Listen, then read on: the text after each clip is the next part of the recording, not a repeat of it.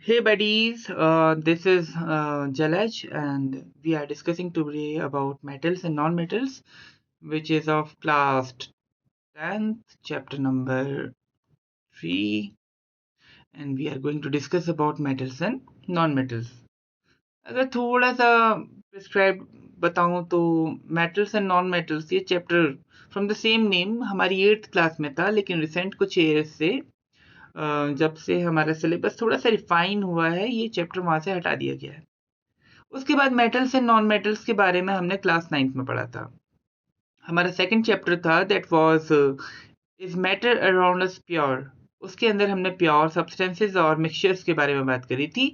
तो हमने pure substances को जब डिस्कस किया था तो हमने एलिमेंट्स और कंपाउंड्स के बारे में डिस्कस किया था, और एलिमेंट्स के अंदर ही आते थे हमारे metals, non metals and metalloid.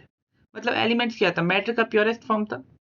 Matter के प्योरेस्ट फॉर्म के अंदर ही क्या आते थे, मेटल्स, नॉन मेटल्स और मेटेलॉइड्स आते थे। बट इस साल हमने थोड़ा सा इसको कॉम्प्रिहेंसिव वे में समझना है, थोड़ा सा डिस्क्रिप्टिव वे में समझना है, थोड़ा सा वाइडर फॉर्म पे हमने इसको समझना है, क्योंकि इस साल की स्टार्टिंग से हम केमिकल प्रॉपर्टीज के रिगार्डिंग बात कर रहे हैं। हमने केमिकल रिएक्शंस पढ़ी, फिर उसके बाद केमिकल इक्वेशंस देखी, हमने different types of chemical reaction पढ़ी, ऑक्सीडेशन पढ़ा, रिडक्शन पढ़ा, फिर एसिड बेस की प्रॉपर्टीज पढ़ी, सॉल्ट्स के बारे में पढ़ा। ठीक है, तो वहां पर हम काफी ज्यादा रिएक्शंस के रिगार्डिंग बात कर चुके हैं, काफी ज्यादा केमिकल प्रॉपर्टीज के रिगार्डिंग बात कर चुके हैं। तो उसी सीक्वेंस में अब हमारा जो नेक्स्ट टॉपिक आता है that is metals and non metals. तो ये अभी तक तो हमारे माइंडसेट में आ ही चुका है कि हमने यहाँ भी अगर डिस्कस करना है तो किस बारे में डिस्कस करना है, केमिकल प्रॉपर्टीज के बारे में डिस्कस करना होगा। मतलब बेसिकली बात यह है कि हमने अभी भी मेटल्स या फिर नॉन मेटल्स हमने देखना कि इनका ट्रू नेचर क्या होता है, ये किस तरह से रिएक्ट करते हैं। किसी भी अगर हम इसको किसी एलिमेंट या किसी कंपाउंड या किसी सब्सटेंस के साथ भी इसको रिएक्ट करवाते हैं तो हमें एज अ प्रोडक्ट क्या देखने को मिल सकता है, क्या टेंडेंसीज हो सकती हैं, क्या टेंटेटिव बिहेवियर हो सकता है, इस बारे में हमने इस साल डिस्कस करना है। लेकिन उस सबसे पहले अगर हम ब्रीफली इन चीजों को देखें तो बेसिकली हमने कुछ पुराने टॉपिक्स को रिपीट करना है। पर रिपीट तो करना है, पर कुछ तो नया सीखना होगा ना, क्योंकि 9th और 10th में स्टैंडर्ड का अंतर है। स्टैंडर्ड का अंतर है मतलब नॉलेज का अंतर भी होगा ही होगा। तो आगे बढ़ते हुए मेटल्स एंड नॉन मेटल्स में, sorry for this, metals and non metals में इस बार हमने क्या पढ़ना है, what are metals. Generally what are metals तो सभी बच्चे सोच रहे होंगे कि भाई मेटल्स तो हमने पहले से पढ़े हैं, हमें पता है मेटल्स क्या होते हैं। भाई हर एक वो चीज जो कि भाई डक्टाइल है, डक्टाइल मीन्स इसको वायर में बदल सकते हैं। मैलिएबल है, जिसको थिन शीट्स में, जिनकी छोटी छोटी पतली पतली शीट्स बना सकते हैं, कॉइल्स बना सकते हैं, which are sonorous in nature. It means if you hit them they will create a ringing sound, which are very hard. You cannot uh, broke them, you cannot bend them, which have high melting and boiling point, which are good conductor of heat and electricity. Those things are metals. But no, they say we have to emphasize on our learning on the basis of the chemical properties. Each and everything that I have told you, जो भी मैंने आपको बातें बताई, ये सब की सब क्या है, फिजिकल प्रॉपर्टीज हैं। और फिजिकल प्रॉपर्टीज में डिफरेंस आ सकते हैं। जरूरी थोड़ी है कि हर एक मेटल डक्टाइल हो जिसके आप तार बना सको। जरूरी थोड़ी है कि हर एक मेटल मेलिएबल हो जिसको आप थिन शीट्स में कन्वर्ट कर सको। जरूरी थोड़ी है कि हर एक मेटल एक अच्छा कंडक्टर हो हीट और इलेक्ट्रिसिटी का। तो नहीं, इस बार हमें समझना पड़ेगा कि मेटल्स एक्चुअल में होते क्या है, या वो कौन कौन से 118 में से वो कौन कौन से एलिमेंट्स हैं जिनको हम मेटल्स बोल सकते हैं।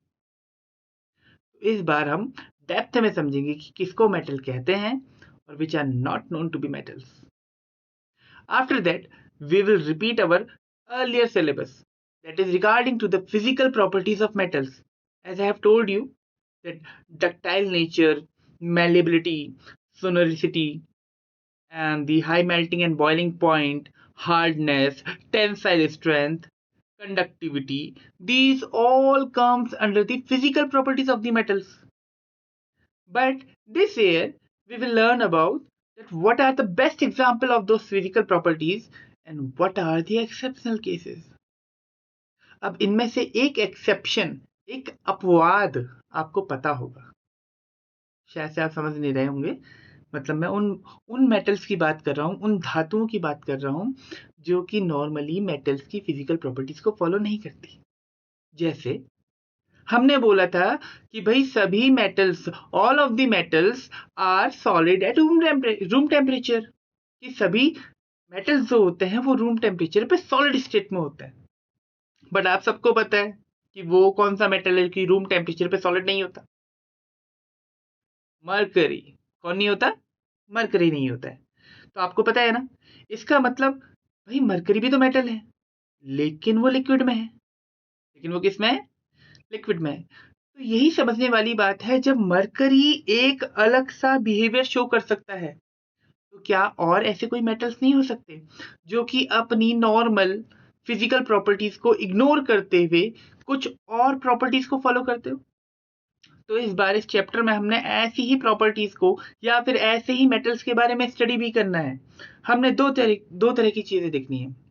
एक तो आपका हो गया बेस्ट एग्जांपल ना, जैसे विच आर हार्ड, तो हार्ड में बोल देंगे भाई आयरन होता है, जिंक होता है, टंगस्टन होता है, ये हार्ड होते हैं भाई। उसके बाद बोलेंगे भाई सॉफ्ट भी होते हैं। सॉफ्ट मतलब कितने सॉफ्ट? अब हम आगे आने वाली क्लास में पढ़ते रहेंगे कि कौन कितना सॉफ्ट हो सकता है। लास्ट में हम डिस्कस करेंगे केमिकल प्रॉपर्टीज के बारे में, और केमिकल प्रॉपर्टीज में इस लेसन में तो एक ही प्रॉपर्टी कवर हो पाएगी। वो हम देखेंगे कि अगर किसी मेटल की ऑक्सीजन के साथ रिएक्शन होती है तो फिर भाई क्या बनता है, क्या प्रोडक्ट हो सकते हैं। अब मैं प्रोडक्ट वर्ड बोल रहा हूं तो आप समझ रहे होंगे, अपने पहले वाले चैप्टर से रिलेट कर रहे होंगे। ठीक है, आगे चलते हैं और थोड़ा सा मेटल्स के बारे में समझते हैं। अब क्लास नाइन्थ में, इनिशियली क्लास नाइन्थ में हमने जो चैप्टर पढ़ा था एटम्स एंड मॉलिक्यूल, उस चैप्टर के अंदर हमने पढ़ा था कि भाई जो एटम्स होते हैं वो फ्री स्टेट में एग्जिस्ट नहीं करते हैं, ना के बराबर करते हैं। तो एटम्स कौन सी स्टेट में एग्जिस्ट करते थे? आयंस की स्टेट में या फिर मॉलिक्यूल्स की स्टेट में। अब मॉलिक्यूल्स को साइड कर देते हैं और बात करते हैं आयंस की। तो सबको पता है कि भाई आयंस क्या होते हैं। ठीक है, चार्ज एंटिटीज को ही, चार्ज एटम्स को ही हम क्या बोलते हैं? आयंस बोलते हैं। अब आयंस क्यों बनते हैं? To gain the stability.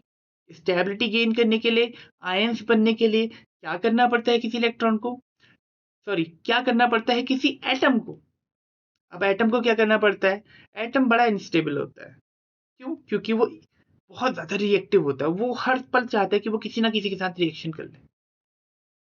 तो स्टेबल होने के लिए किसी भी एटम को अपने आखिरी वाले सेल में से, आउटर मोस्ट सेल में से, या तो फिर इलेक्ट्रॉन्स को गेन करना पड़ता है जिससे उसका आखिरी सेल क्या हो जाए? कंप्लीटली फिल्ड हो जाए, या फिर उसका आखिरी सेल टोटली क्या हो जाए? खाली हो जाए। तो इन दोनों टेंडेंसी के लिए या तो फिर एटम इलेक्ट्रॉन को गेन करता है ऑक्टेट कंप्लीट करने के लिए, ऑक्टेट मतलब 8 इलेक्ट्रॉन्स को कंप्लीट करने के लिए, या फिर क्या करता है? इलेक्ट्रॉन को लूज करता है जिससे उसके आउटर मोस्ट सेल टोटली क्या हो जाए? वैकेंट हो जाए, पूरा का पूरा जीरो हो जाए। अब इसी प्रॉपर्टी के बेसिस पर हम डिसाइड करते हैं कि भाई कौन मेटल है और कौन नॉन मेटल है। ठीक है, तो यहां पर बड़ी सिंपल सी डेफिनेशन निकल कर आती है कि भाई ऐसे एटम्स, ऐसे एटम्स, एटम्स किसके होंगे भाई? एलिमेंट्स के होंगे। ठीक है, तो atoms of the those elements, what you can say, atoms of the those elements जो कि इलेक्ट्रॉन डोनेट करते हो, मतलब इलेक्ट्रॉन को लूज करते हो। ठीक है, ऐसे ही एलिमेंट्स को हम क्या बोलते हैं? मेटल्स कहते हैं। मतलब ऐसे एलिमेंट्स जो कि अपने आउटर मोस्ट शेल में से इलेक्ट्रॉन को लूज कर सके, इलेक्ट्रॉन को डोनेट कर सके, वही एलिमेंट्स क्या कहलाते हैं? मेटल्स कहलाते हैं। अब देखो एक टेंडेंसी मैं आपको याद दिला देता हूं कि कोई भी एलिमेंट हो ना 3 से ज्यादा इलेक्ट्रॉन्स को गेन कर सकता है, ना ही 3 से ज्यादा इलेक्ट्रॉन को लूज कर सकता है। बात समझ रहे हो? ना 3 से ज्यादा गेन कर सकता है, ना 3 से ज्यादा लूज कर सकता है। तो इस कंडीशन पे आप ही समझो कि अगर मैं लूज करने की बात करूं, ऐसे एलिमेंट्स जो कि लूज कर सकते हैं, तो उनके पास कितने इलेक्ट्रॉन होने चाहिए? या तो फिर एक होना चाहिए, या फिर दो होना चाहिए, या फिर तीन होने चाहिए। तो ऐसे एलिमेंट्स जो अपने आउटर मोस्ट सेल में से एक, दो या तीन इलेक्ट्रॉन्स को लूज कर सकते हैं, वही एलिमेंट्स क्या कहलाते हैं? मेटल्स कहलाते हैं। अब समझने वाली बात है, अगर कोई एलिमेंट का एटम अपने आउटर मोस्ट शेल से इलेक्ट्रॉन्स को लूज कर रहा है, मतलब नेगेटिव चार्ज को लूज कर रहा है, तो भाई एटम तो इलेक्ट्रिकली न्यूट्रल होता था, उसमें जितने प्रोटॉन होते थे उतने इलेक्ट्रॉन होते थे। लेकिन अब वो क्या कर रहा है? धीरे धीरे अपने इलेक्ट्रॉन्स को लूज कर रहा है, तो उसमें कौन सा चार्ज बढ़ेगा? बिल्कुल सही, उसमें कौन सा चार्ज बढ़ेगा? पॉजिटिव चार्ज बढ़ेगा। बढ़ेगा नहीं बढ़ेगा? तो जैसे ही उसने एक इलेक्ट्रॉन को लूज किया, उसके पास एक पॉजिटिव आ गया। अगर उसने दो इलेक्ट्रॉन को लूज किया तो उसके पास दो पॉजिटिव का चार्ज आ गया। अगर उसने तीन इलेक्ट्रॉन्स को लूज किया तो उसके पास थ्री इलेक्ट्रॉन्स का पॉजिटिव चार्ज आ गया। अब देखिए, ऐसे एटम्स की टेंडेंसी क्या है कि ये कौन सा चार्ज गेन करते हैं? पॉजिटिव चार्ज गेन करते हैं। और क्योंकि ये पॉजिटिव चार्ज गेन करते हैं, ये कैटायंस का फॉर्मेशन करते हैं, इसीलिए इनको इलेक्ट्रो पॉजिटिव एलिमेंट्स कहा जाता है। इसलिए क्या कहा जाता है? इलेक्ट्रो पॉजिटिव एलिमेंट्स कहा जाता है। अब अगर हम टोटल आई मीन टू से 118 एलिमेंट्स में कंपेयर करें, तो हमारे पास टोटल 90 एलिमेंट्स ऐसे हैं, या अप्रोक्सीमेटली 90 एलिमेंट्स ऐसे हैं जो कि क्या है? मेटल्स है। और अगर आप इनको कंपेयर करो तो इनके आउटर मोस्ट सेल में 1, 2 या फिर कितने? 3 इलेक्ट्रॉन्स होंगे, क्योंकि कोई भी एलिमेंट ना ही 3 से ज्यादा गेन कर सकता है, ना ही 3 से ज्यादा लूज कर सकता है। अब ऐसा ही एग्जाम्पल हम नीचे यहाँ पर सोडियम का लेते हैं। अब सोडियम में अगर आप काउंट करो तो सोडियम के इनर मोस्ट सेल पे, मतलब के शेल पे, 1 इलेक्ट्रॉन और 2 इलेक्ट्रॉन, क्योंकि सबको पता है के शेल पे 2 इलेक्ट्रॉन हो सकते हैं। अब के बाद एल शेल आता है। एल शेल पे अगर आप काउंट करो 1, 2, 3, 4, 5, 6, 7, 8, भाई एल शेल पे टोटल 8 इलेक्ट्रॉन्स हो गए। अब एल के बाद नेक्स्ट शेल का काउंट करो आप, तो आप लास्ट सेल पे देखते हैं कि यहाँ पर कितने इलेक्ट्रॉन्स हैं? भाई यहाँ पर 1 इलेक्ट्रॉन है। कितने इलेक्ट्रॉन है? 1। अब अगर इस एटम को स्टेबलाइज होना है, या फिर हम सिंपली बोले तो आयन का फॉर्मेशन करना है, अब आप खुद सोचो, क्या ये 7 इलेक्ट्रॉन्स को गेन कर सकता है? नहीं कर सकता, क्योंकि कोई भी एटम 1 से 3 के बीच में ही इलेक्ट्रॉन्स को गेन कर सकता है। तो अब इसके पास टेंडेंसी क्या है कि ये इस इलेक्ट्रॉन को क्या कर दे? लूज कर दे। क्या कर दे? लूज कर दे। अब जैसे ही ये इलेक्ट्रॉन को लूज करता है, लूज आउटर इलेक्ट्रॉन, इसके पास आउटर मोस्ट सेल में कितने इलेक्ट्रॉन आते हैं? 8 इलेक्ट्रॉन हो जाते हैं। भाई क्या हो गया? ये स्टेबल हो गया। किसका फॉर्मेशन कर लिया? आयन का फॉर्मेशन कर लिया। कैसे आयन का? पॉजिटिव आयन का। तो क्या बन गया? ये मेटल बन गया। तो इसी तरह से हमें पहचानना होता है कि भाई वो कौन से एलिमेंट्स हैं जो कि पॉजिटिव आयंस का फॉर्मेशन करते हैं, जो कि इलेक्ट्रॉन्स को लूज कर सकते हैं, और वही एलिमेंट्स क्या कहलाते हैं? मेटल्स कहलाते हैं। और कोई एग्जांपल भी आप ले सकते हो, जैसे आप भाई किसका एग्जांपल है बताओ? चलो पोटेशियम का एग्जांपल लेते हैं, के। अब इसके अंदर इनर मोस्ट सेल में, के शेल में, 2 इलेक्ट्रॉन्स होते हैं। उसके बाद वाले में भाई 8 इलेक्ट्रॉन्स होते हैं। 2, 3, 4, 5, 6, 7, 8। इसके बाहर वाले में भी कितने इलेक्ट्रॉन्स होते हैं? 8 इलेक्ट्रॉन्स होते हैं। 3, 4, 5, 6, 7, 8। और आउटर मोस्ट सेल में कितने इलेक्ट्रॉन होते हैं? 1 इलेक्ट्रॉन होता है। इसका इलेक्ट्रॉनिक कन्फिग्रेशन बनता है 2, 8, सॉरी 2, 8, 8, 1। मतलब एटॉमिक नंबर इसका होता है 19। अब ये क्या करेगा? अपने इस आउटर मोस्ट शेल में प्रेजेंट इलेक्ट्रॉन को लूज कर देगा। क्यों? क्योंकि भाई इसको स्टेबिलिटी चाहिए। तो ये जैसे ही आउटर मोस्ट सेल में प्रेजेंट इलेक्ट्रॉन को लूज करता है, ये सिंगल पॉजिटिव चार्ज को गेन करता है, और ये बन जाता है हमारा पोटेशियम आयन। तो क्योंकि ये पॉजिटिव चार्ज बना रहा है तो ये क्या कहलाएगा, हमारा मेटल कहलाएगा। ठीक है, तो इसी तरह से हमने एग्जाम्पल्स को याद रखना है कि कौन मेटल्स हो सकते हैं और कौन नहीं। एक आपको जनरल आइडिया देता हूँ, समझो इस बात को। जैसे लिथियम है, लिथियम का एटॉमिक नंबर होता है 3 और इसके इलेक्ट्रॉनिक कन्फिग्रेशन होता है 2,1। आउटर मोस्ट शेल में कितने इलेक्ट्रॉन्स हैं, 1। अगर 1 इलेक्ट्रॉन है तो ये क्या है, मेटल है। इसी तरह से सोडियम देखिए, electronic configuration sorry atomic mass है सॉरी एटॉमिक नंबर है 11 और इलेक्ट्रॉनिक कन्फिग्रेशन हो गया 2,8,1।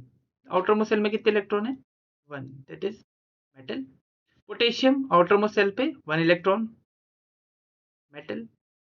Magnesium electron sorry atomic number 12, electronic configuration 282, outer most shell में कितने इलेक्ट्रॉन है, 2। 2 को डोनेट कर सकता है, मेटल का फॉर्मेशन है। Calcium atomic number 20, outer most shell में 2 इलेक्ट्रॉन्स, ये भी क्या है, मेटल है। Aluminium electronic number sorry atomic number 13, electronic configuration outer most shell में 3 इलेक्ट्रॉन्स, ये भी क्या है, मेटल है। तो बस याद क्या रखना है कि अगर आउटर मोस्ट शेल में 1, 2 या फिर 3 इलेक्ट्रॉन्स हैं तो फिर ये क्या है भैया, ये है आपका मेटल। इसी तरह से आपको आइडेंटिफाई करना है। इतनी बात आई समझ में। चलिए आज की क्लास को यहीं पे रोक देते हैं और कोशिश करते हैं कि इतना आप याद रख सकें। कल हम मिलते हैं मेटल्स की फिजिकल प्रॉपर्टीज के साथ, जो कि हमने अर्लियर डिस्कस करी हैं, पहले भी डिस्कस करी हैं, और फिर हम देखते हैं कि किसको कितना प्रीवियस क्लासेस का याद है। Thanks for listening me. आज की क्लास यहीं पर ख़त्म करते हैं। Thank you so much. That's all.